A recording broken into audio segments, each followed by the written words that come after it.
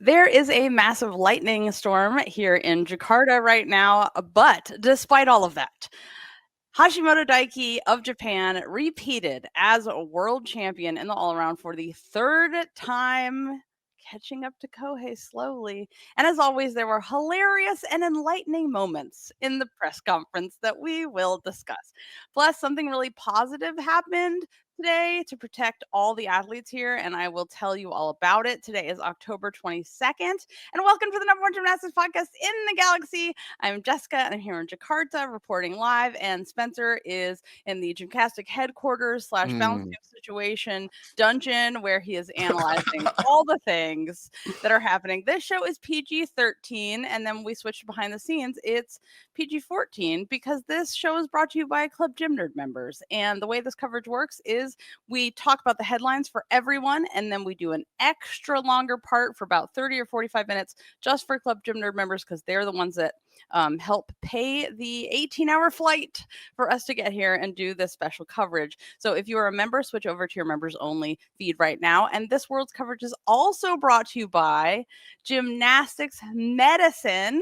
You can learn more about them and what they're doing, which is very exciting, at gymnasticsmedicine.org. Let us begin. Okay. So I have told Spencer nothing about this, except that we needed to start with this. It's always great when I don't know what we're about to talk about. Sure. Ready. I'm ready. So I got a message last night from a listener right before bed, and you can out yourself if you want to because you are a hero.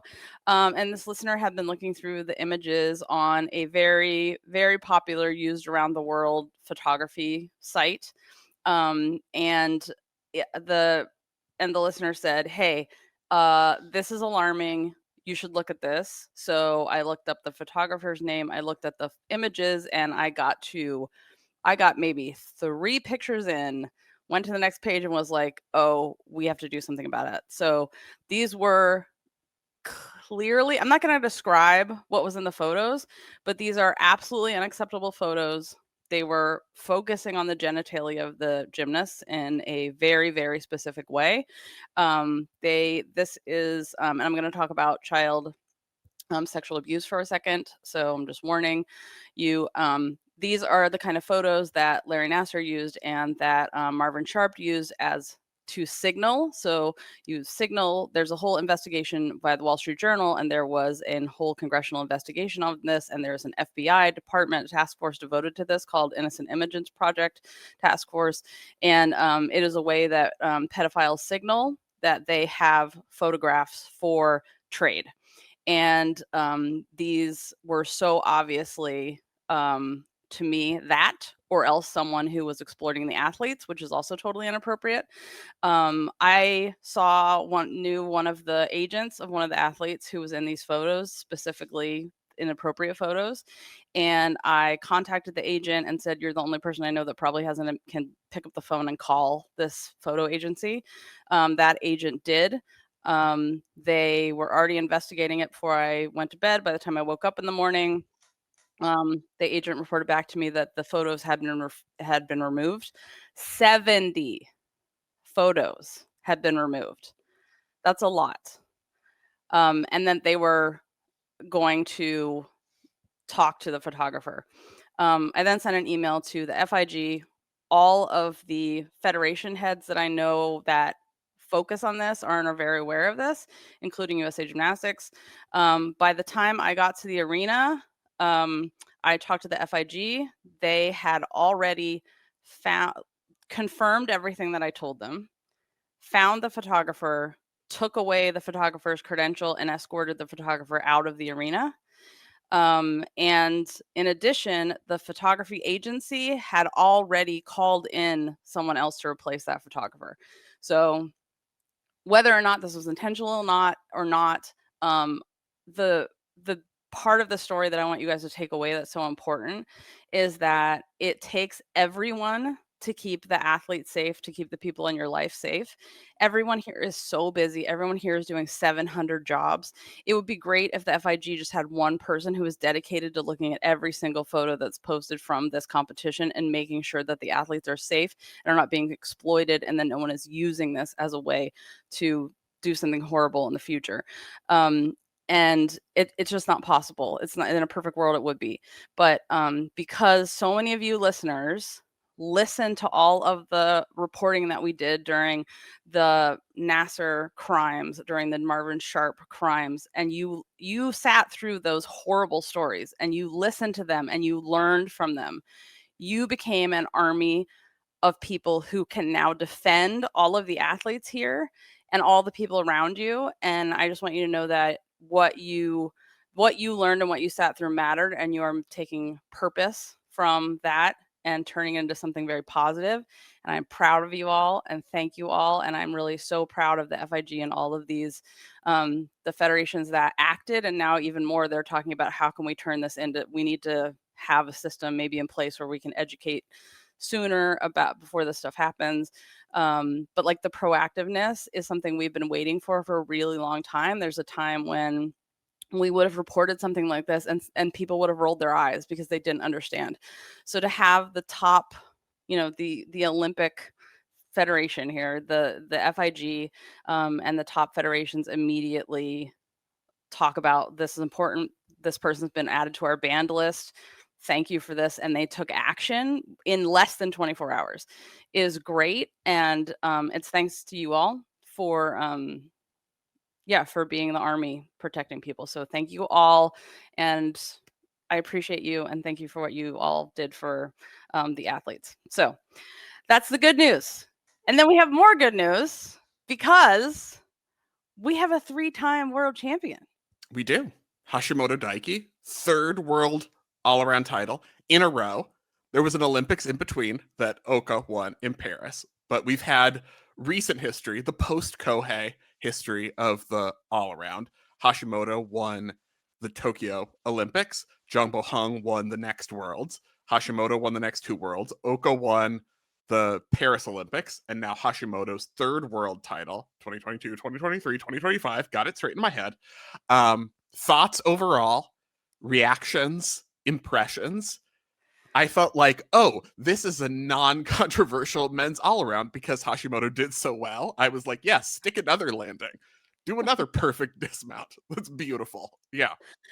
I honestly, like, for a long time, I was like, oh, Hashimoto, we've watched him for so long and it looks like his back always hurts, but then he comes into all the finals and is like, a back? What's that? I don't need these vertebrae. Which, of course, I asked him about tonight, and there was a hilarious situation where I had given my questions to the interpreters ahead of time, and then I asked my question, and Hashimoto Daiki seemed to understand, and he sort of nodded. And my question was basically like, we've seen you kind of look like you're in pain with your back, but you always come, here on the day, and you're able to get through it and hit and win, time after time. How do you do that? But the translation went on for a really long time, and there was a lot of like head turning and like, what is happening? And then in the end, he said, well, I take very good care of my body, and I eat well, and I make sure to prioritize my sleep. And I was like, okay, thanks. So yeah, that was just, the whole exchange was pretty funny, and that's what we got to. But I really thought that Oka had it, the Olympic champion, like throughout, because he was ahead in the first, the third, the fourth rotations by kind of a lot, like almost 5/10 going into the fourth rotation, and then floor struck. Oh, that floor. Yeah, floor struck again for Oka. It was a better day for him overall than in qualification, where he had a lot more falls and he fell on the Lucan and he fell twice on floor. But still, that combination pass out of the back 2.5, which he fell on in qualification, fell on again today. The thing about this floor, when you've mentioned like athletes talking about how hard it is and the struggles people have had on combination passes, especially watching it, it always looks like when people miss a combination pass or fall on it, it looks like it's dramatically injury-ish. And sometimes it is, but sometimes with Oka, I think it was just a miss. But like the way people punch out of it, it almost looks like, when, if you've watched enough gymnastics, you know what it looks like when someone tears their Achilles in the middle of a combination pass. It looks different than just like you fell. And when people keep rebounding on this floor, I'm like, Achilles, Achilles, and Achilles, and it's not. But it looks that way because it's so like you got nothing. Like your feet just stopped out of that combination, and that was what happened to Oka again out of that 2.5. You're unmuted. Sorry. It was really a bummer because he was looking so great, and I was like, "Oh my god, he's got this. Everything looks awesome. He's gonna do it." And his cute little bangs, and Yeah, then that was the important part. I mean, obviously, you guys, if we wanted to treat the men like women are treated, I would have asked them all about their hair products and Yeah. beauty routine in the press conference. Do your sparkles have special significance to you? Exactly. Show us your nails, but no one had their nails painted, so otherwise I would have asked that. But I I did speaking of crazy things and the floor, we saw Barajas, Angel Barajas from Colombia Mhm. had the craziest. Yeah. You would have hated it if you were here, Spencer, because I did grab the table and Scott. He landed a pass and seemed to be fine, but then it also looked like he was fine, but then his leg broke in half and he ended up on his knee and his ankle was dislocated. But apparently he was completely fine and just stood up. And then he went to do his next pass, and I was like, oh my God, does he know that his leg is in two pieces? But then he seemed to be totally fine. So I tried to get him, but I have not been able to get an answer from him right now yet about what happened. But hopefully by tomorrow, we'll have an answer for you because that was wild. Did you Yeah, guys see his that on the like stream? I was like, "Oh, his whole leg just went around his foot in a Yes. circle like an owl's head." And I was like, "That's probably not supposed to happen, right?" Yeah. It's like, how did he stand up after that? Mhm. It was terrifying. So I'll get an answer for you, hopefully, or tomorrow. He still had a great day in the all-around though, and a great finish, and his high bar was like, where was that in qualification? Because that would have qualified in what, first or second? Because he's first reserve for the high bar final. But a lot of really, really strong routines, and then sixth with that fall on floor. So he would have been right up there with Shisong and Seifert if he had hit that. And also his just we're talking about Oka now. His form on high bar is so good. Like how you can do a Kovacs and a Coleman and keep your legs together. Like my back hurts just thinking about that. You guys try to So does arch your back. Kohei's. And yeah, that's how. Arch your back and twist at the same time with your knees together. Like your back, the minute you arch, your back just wants to like be like straddle immediately. That's the only way we will survive. And he does such a nice job on it. So it was a beautiful competition for him, despite him, you know, the floor getting him. But I really liked watching it. On the topic of Hashimoto, the gold medalist, where is he for you now in the pantheon of men's all-arounders? He has 3 world titles and an Olympic title. Is he, like, basically my question is he second now? Or was he already second? We're assuming, of course, we're accepting as given that Kohei Ochimura is first. Right. Obviously, King Kohei for a reason. Just clarifying that, like, this Yes. is always implied, so we're talking about. I mean, I think he still seems to really have a passion. He did say, "I love gymnastics" after qualifying. How do you do this? I love gymnastics. He seems to just like still be super motivated and have a magic back. So I think he Because that was a really politician answer right there. Because I asked you, is he second, and you said he seems really passionate. So are I you like yes. preparing to run for office or that For I didn't know now, about? Because I feel like that wouldn't go great just in general. for I mean, now, I'd vote for you, but for I now, I yes. worried about the way you other people might. Okay, Spencer. Um, yeah, I mean, he is because I mean, if he wins 3 in a row, then he's like tied with Kohei, but only for winning 3 in a row. But then he'll only Kohei have, won six four. six in a row with 2 Oh, Olympics in sorry.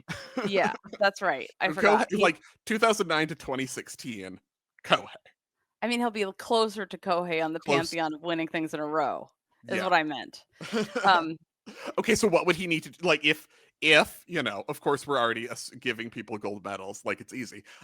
If he were to sweep this Olympic cycle, 26, 27, LA 2028, is he then tied with Kohei? Like, would he have to do that to be on the Kohei level, yeah, he has to do that to even be. Yeah, he has to even be in actually the win conversation? 8 worlds and Olympics Yeah. to even be.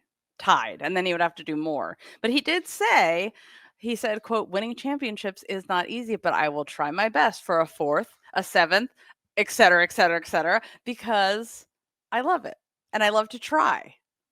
So the loving to try, this is the thing, because gymnastics, it's basically a grind. You do the same thing over and over and over and over and over again, and you have to love the grind. And he seems to love the show and the grind, which is the perfect athlete, basically. Yeah. And he has that good form.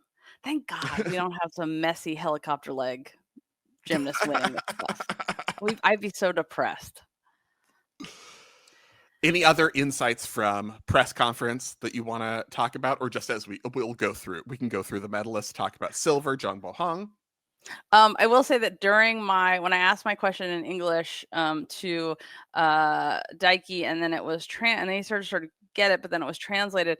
Zhang Boheng was just like, "What is happening right now?" Like he was just like looking at the ceiling, like, "What are these words going on over here?" Not in a like rude way, but just in a like, the interpreter was doing her absolute best, but she was struggling a little bit. And I think she's also nervous because it's like in front of a ton of people and you're on the spot and like all of that.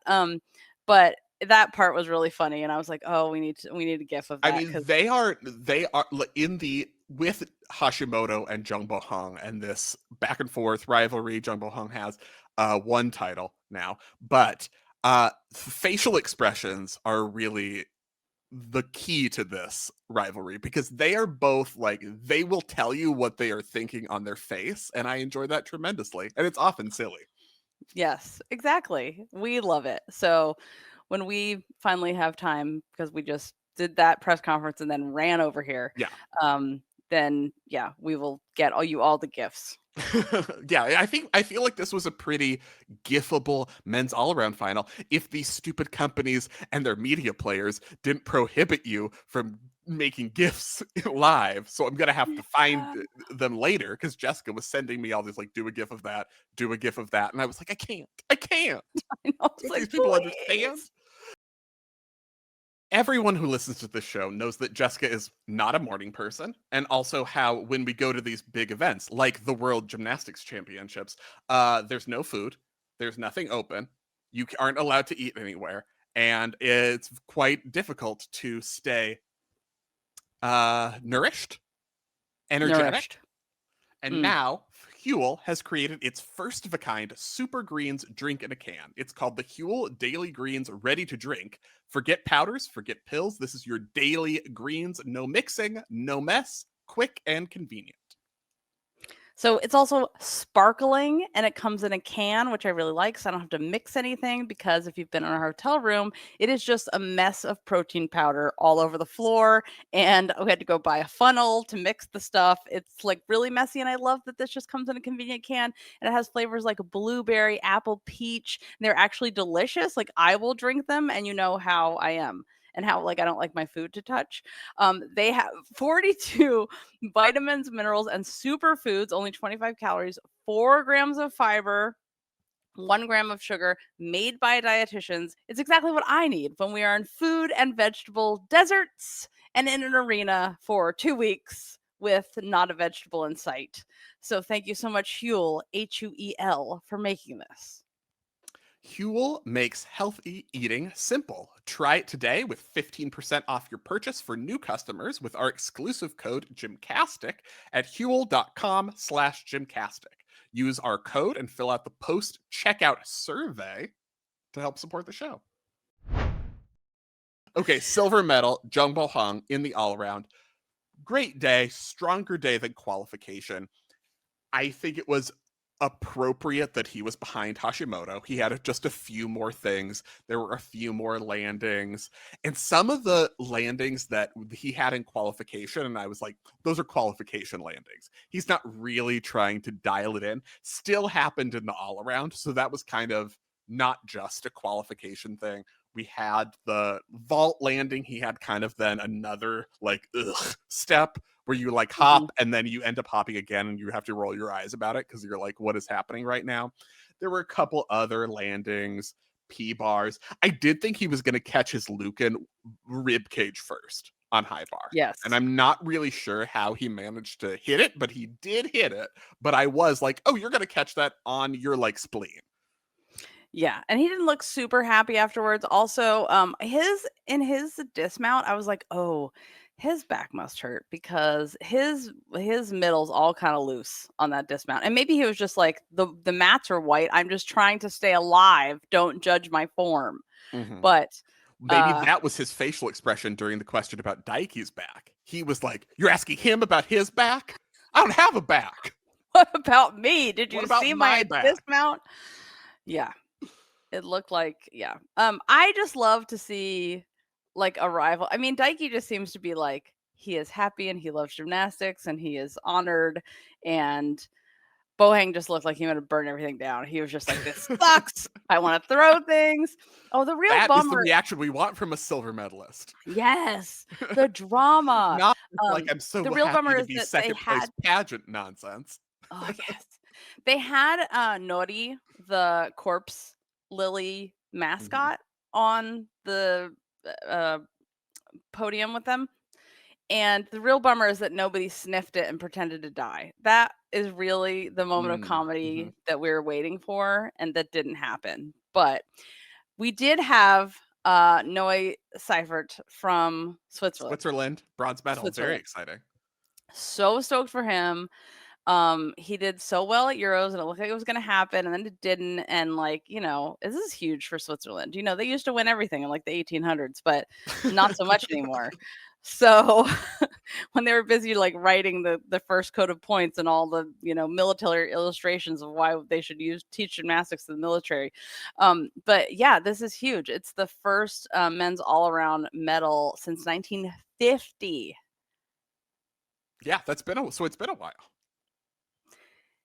Why do you think or did you get a chance to analyze it? What do you think he won on? Was it his giant D? It was not his giant D. His main thing is execution, which is very nice. There were a lot of really like pleasant moments where you're like, I know you don't have the D score, but I'm really glad you're doing that vault and not a more difficult one because that was a very nice landing to look at. I enjoyed Yeah. watching that. So there were like he did not have the difficulty. I mean, he's like 2 points behind uh Hashimoto and Zhang about ish on difficulty. So it's execution that gets him up there and stuck a bunch of landings, really clean gymnastics, really well executed day. So it's really nice to see that medal in the all around over people with more difficulty who had rougher landings or more mistakes, who we've seen that many times end up still being on the podium because of their D score. And so Yep. it was nice to see, like, oh, the person who had a little bit lower D score but went clean got rewarded for that with a bronze medal. A big D might look good, but the big E is really what we all want. You know what I mean? Okay, yeah, you're doing like a wink, wink, know what I mean innuendo, but what is an E? Is that an innuendo for something? It's I know what what you can D is do with innuendo it. for, It's but what not is just, E? "Oh, Okay. here's this E big double still is front." still execution then. Right, it's how Okay, you got can, it. Okay. yeah, execute the D. That is the important thing. Speaking of which, so there was a very weird question that was asked to, Noah, which And was it wasn't from you? no, I asked him Mhm. the question. I asked Kensley neutral deductions ahead of time. I was like, "Do you want me to ask anything?" Because she can't be here in the press conference, and she wanted me to ask him what he did between Euros and now. And he basically said, "I don't know. I just trained." He sort of reflected, and he was like, "Yeah, nothing really. I just trained." But there was a very strange question at the end, which is what you get when you get people from all over the world in one room asking people questions. And someone asked, Noah, what is it like to be amongst all of these great Asian athletes? There's so many, Asians on the podium, and then you. How do you feel? And he like totally kind of furrowed his brows, like, that's a really weird question. But he said, I don't know. I'm just a Swiss guy, and the Asian gymnasts are great, and it's really an honor to be here with them. And he was like, "I will not be baited, but I will say very positive things." That should Because be a good, like, reaction for when people ask you uncomfortable questions. You say, "I don't know, I'm just a Swiss guy." I'm just a Swiss guy. Oh. I'm just a Swiss guy. Yeah. I'm just a Swiss guy, so I'm gonna have the perfect answer to not step in it, which he did and was totally honest because of course. He was like, "Do you see how I'm sitting next to you? Yeah, Yeah, they're pretty I'm good. honored. I'm grateful. They are amazing. Do you see these two?" So he was also just so stoked. And we're just sitting there like kind of with a I can't believe I'm here look, and his coaches and team were all like so excited for him. Also, could you hear on the feed there was someone yelling uh something about like giddy up or like cowboy things? Could Okay. you hear that on the feed?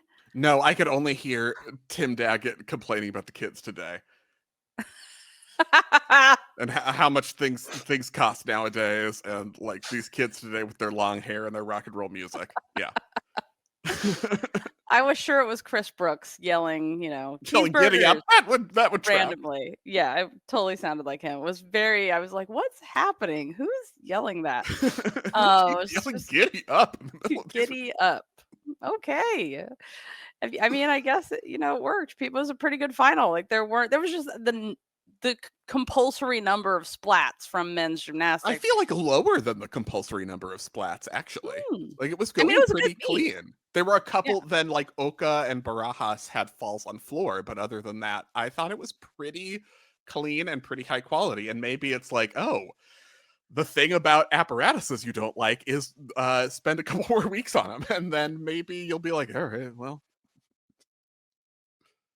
You muted yourself again because you keep Sorry, drinking I and keep then not. drinking because I feel very dehydrated. It was so because it was like raining so hard. It was like extra. It was just extra. There was just a lot today. But I want to read you because I had no internet, you guys, Mm, during mhm. the competition in the year 2025. I had to run downstairs at one point to get things off the internet and then run back upstairs.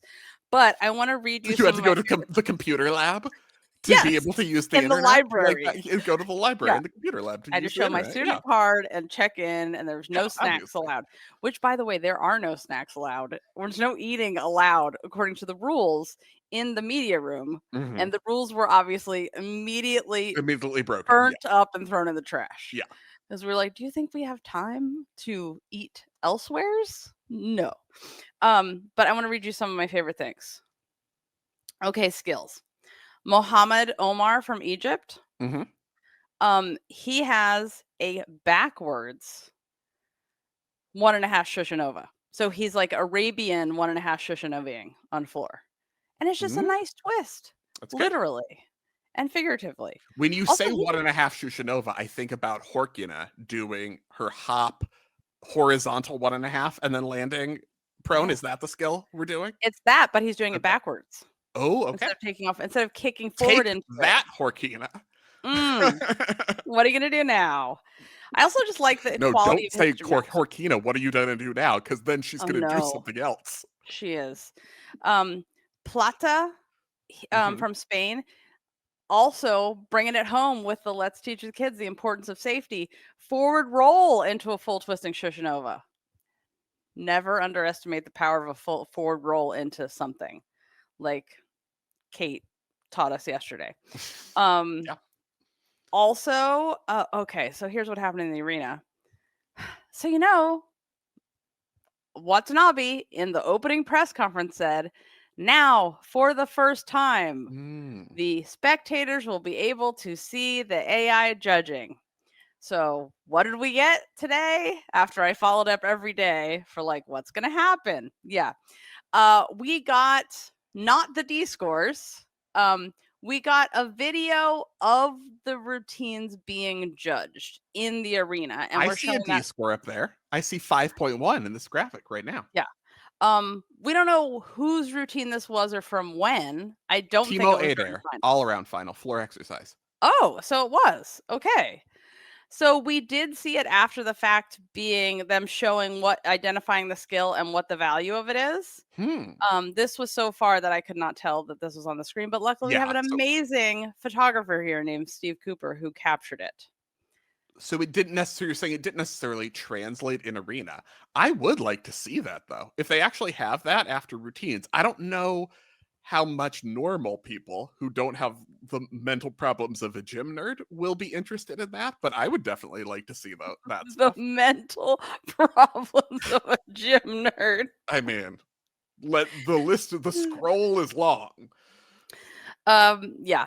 They showed it once. They showed it in the rotations. So I like that they showed something, but we really got too excited by Watanabe's quote from the press conference. It was really like, oh, we're going to see real time judging. But we actually got more than just the D score in what they did show. Yeah. And they explained it as they went. Also, it was interesting tonight that they didn't define the AINs. It was just AIN, not 1 or 2. Where in qualification and in podium training, it was AIN 1, AIN 2, which they shouldn't be identified. They should always just be independent athletes. And for a while, Because they're it looks independent like athletes that are still held to the 2 per country, even though they don't technically have a country.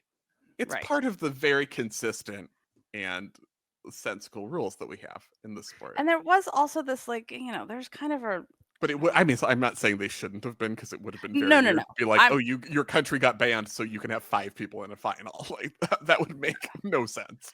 I just consistently see there was like a thing online today. I was like consistently see people thinking that they're banned for invading Ukraine, but they're not banned for invading Ukraine or AIN for invading Ukraine. It's because they did it during the Olympic charter time when you're not supposed to start wars. Like you sign an agreement in those countries because like every country is warring. I mean, if we're bombing civilian ships off freaking Venezuela. Like the US should not be here if that's the rule. It's because it was during the time of the Olympic Charter. It's not because they started a war. Otherwise, no countries would be allowed in. So I don't know. Just like people need to get the facts straight. Anywho, that's my rant for today. Oh, that's it? You're that, done? that was pretty much it. Yes, except the dramatic pause. I mean, I love a dramatic pause in the theater, but like the judges were done. Like Daiki went on high bar, and then the judges were done. We saw like they were done. They were standing up there hugging each other. They were on their phones. They were taking their jackets off, shaking each other's hands, and we still didn't have the score. So clearly they were holding the score for dramatic effect while we were like, poor Hashimoto Daiki is having to sit there waiting if he gets his score, and the judges are like already walking out of the arena. So before Was it just the E-score judges? Because they're like, I don't know. I put it in 8-9. I didn't watch the routine, but it's probably 8-9. So I'm going to put that in. Before we blame the judges, we must consider dramatic effect and system delays. Sometimes it's the judges taking too long. But yeah. Beth asks exactly what I was going to ask. What did you think of the new format with 4 up on 6 events at the same time? So much better. Oh my God. Please leave it like this forever. It was so much faster. There was so much business going on the whole time. There was so much fewer lulls. It was, I far, far, far prefer this. Like, this is so fantastic. I mean, I feel like history's fastest men's all-around final, because that was a tight 2 hours. At least watching it on the stream, it felt quicker. It felt more efficient, and I didn't feel like I missed things, because that's the question, is like, it's great when things move quickly, but did you feel like you missed every routine you wanted to see? I didn't feel like that watching it on the stream. Yeah. I would be curious to know, like, the athletes doing this for the first time, whether they felt rushed. Like, did they feel like it was faster and they didn't necessarily have the recovery time after a routine that they would have normally expected, at least? I mean, I think it's the kind of thing you prepare for and you train for and you can do it, but it would be interesting to know if they felt a difference or if they were just like, no, you do 6 events. I mean, it's almost like altitude. There's no excuse not to be prepared for it. But it is nonetheless, whether it's an excuse issue or not, interesting if they felt it or if it felt no different, or if they noticed a difference in like, oh, this competition feels like I'm doing events faster. I'm like, oh, I'm on to my next routine faster. Yeah. Before we get to this question, I want to tell you that this is the portion of the podcast where we move on with the conversation. It continues for a while, and we're going to answer a lot of questions from you all who are joining us live and who wrote in earlier about the competition so far. And this is where when this continues, I'm going to tell you more about Singapore, because there's something wild that I don't think has ever happened that I know of in a world championships before. And I told you about how Singapore is very strict with the athletes' grades. And if you don't have good grades, you can't do sports at all. So there's no jocks in school in Singapore. And I have more to tell you about that involves our wonderful Singaporean who made the beam finals. So we have 3 more days of live podcasts from Jakarta on location coming up. And it's Club Gym Nerd members who support us all year who get these this extended versions. And you can win a Club Gym Nerd scholarship right now, because our amazing, wonderful community has decided to give some scholarships. And so if you can't afford it, and this is on an honor system, so please be honorable. We're not going to check your bank statements. All you have to do is go to forum, show stuff, GymCastic scholarship, and apply. And it's on a first come, first serve basis. And we will match the scholarships, because you guys have been so generous. And this is for a whole year. So you get to do college and cocktails with us, which is every Friday after NCAA season. On Friday nights, we pick a meet, we watch together. There is a cocktail or mocktail that goes with it, and then we all talk about the meet. And if you want to sponsor a scholarship, you can do so at editor@gymcastic.com. And if you're not a member yet, you can join us at gymcastic.com, join the club tab, and until tomorrow, when we join you and tell you all the things after women's all-around final. We'll see you back there. Thanks for listening. If you liked what you heard, get more by joining Club Gym Nerd.